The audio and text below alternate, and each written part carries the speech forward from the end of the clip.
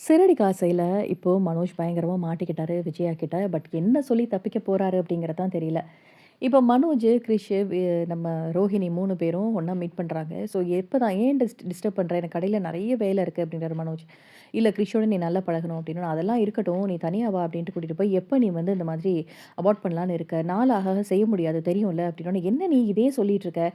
ஆமா எப்படியும் நமக்கு டிவோர்ஸ் கிடைச்சிரும். அதுக்கப்புறம் குழந்தைய வச்சுட்டு நீ கஷ்டப்படணும் தேவையா? அப்படின்ன உடனே, நீ ஈஸியா சொல்லிருவ ஒரு தாய். என்னால அது ஈஸியா செய்ய முடியாது. பட் யோசிச்சு தான் செய்ய முடியும் அப்படின்னு சொல்றாங்க நம்ம ரோஹிணி.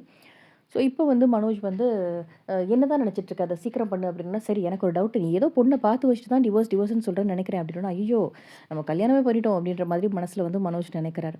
இந்த ஒரு விஷயத்தெல்லாம் தூரமா நின்னு, என்ன மனோஜ் பார்லர் அம்மா கூட அப்படின்னு சொல்லிட்டு அத வீடியோ எடுத்துடுறாரு. வீடியோ எடுத்து இப்ப என்ன நடக்குதுன்னா, விஜயா மொபைலுக்கே அனுப்பிடுறாரு முத்து.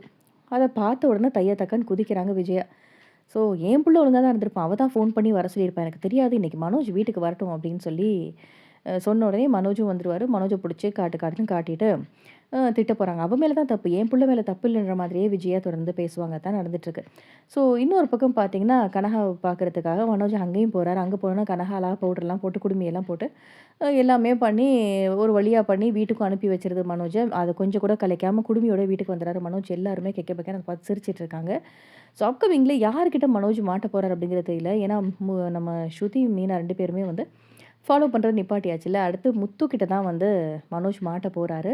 சீக்கிரமே மாட்டுனா ரொம்பவே நல்லாயிருக்கும் அப்படின்னு தான் நான் நினைக்கிறேன். உங்களோட கருத்துக்கள கமெண்ட் செக்ஷன்ல சொல்லுங்க. இந்த வீடியோ பிடிச்சிருந்தா லைக் பண்ணுங்க. இந்த மாதிரி அப்டேட்க்கு நம்ம சேனல சப்ஸ்கிரைப் பண்ணுங்க. Thank you.